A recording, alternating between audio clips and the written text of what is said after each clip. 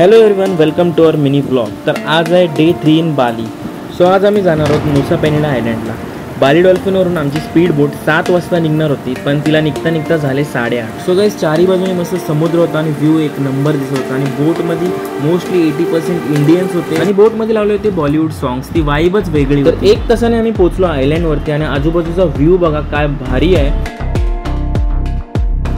तर गाईज आता आम्ही आयलंडवरती पोहोचलो आणि आम्ही सगळे एंट्रीची प्रोसेस होती ती प्रोसेस कंप्लीट केली। तर आता आम्ही जाणार आहोत आमची फर्स्ट वॉटर ॲक्टिव्हिटी म्हणजे स्नॉर्कलिंग।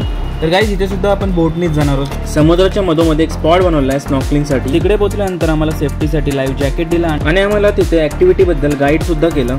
स्नॉर्कलिंगमध्ये आपल्याला ते गॉगल्स आणि स्नॉर्कलिंग ट्यूब देतात। तर इथे वेगवेगळ्या प्रकारचे मासे होते आणि समुद्राच्या आतमध्ये मस्त असे झाडे होते। ते सगळं काय आपल्याला स्नॉर्कलिंग गॉगल्स थ्रू बघायला भेटत होता। तर ही होती आमची पहिली ॲक्टिव्हिटी इथली। तर गाईज तुम्ही इथे बघू शकता या समुद्रातलं पाणी इतका क्लिअर आहे की विदाऊट स्विमिंग गॉगल्स सुद्धा तुम्हाला इथली खालची जमीन आणि इथले मासे दिसत होते, पण ते मोबाईल कॅमेऱ्यामध्ये कॅप्चर नाही झाले। त्यानंतर आम्ही निघालो आमच्या सेकंड स्पॉट केलंकिंग बीचसाठी। तर गाईज इथे सगळीकडे जंगल आहे आणि जंगलच्या मधनं आम्ही चाललेलो आहोत। काय भारी वाटतंय, सगळीकडे आजूबाजूला हिरवलच हिरवल। तर गाईज 1 तासामध्ये आम्ही पोहोचलो केलंकिंग बीचला आणि इथे बघू शकता खूपच गर्दी आहे, कारण की हा वन ऑफ द फेमस आणि अट्रॅक्टिव्ह टुरिस्ट स्पॉट आहे। तर इथं पोहोचलो आणि समोर बघितलं तर खूपच लाईन होती फोटोग्राफी आणि व्हिडिओग्राफी काढण्यासाठी।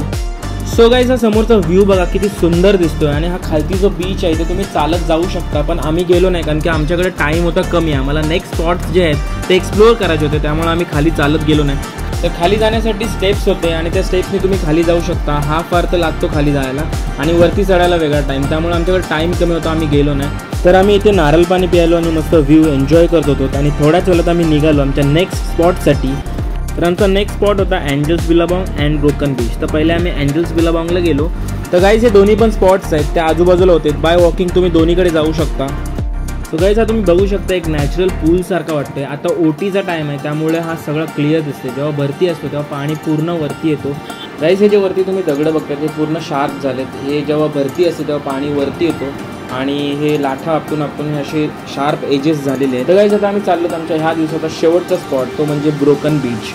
तर गाईज तुम्ही बघू शकता या 2 डोंगराच्या मध्ये गुफेसारखं स्ट्रक्चर झालेलं आहे, त्यामुळे त्याला नाव पडला ब्रोकन बीच। तो गाईज इथे आम्ही थोडे फोटोज आणि व्हिडिओ शूट केले। तर आजचे आपले ह्या आयलंडवरचे स्पॉट्स एक्सप्लोर करून झालेले आहेत। तर आम्ही निघालो परत जाण्यासाठी डायमंड बीचवर। संध्याकाळचे 6:30 वाजता आम्ही आमच्या हॉटेलवरती रिटर्न आलो आणि थोड्याच वेळानंतर डिनर करण्यासाठी खाली आलो हॉटेलमध्ये। तर हा होता आमचा डिनर।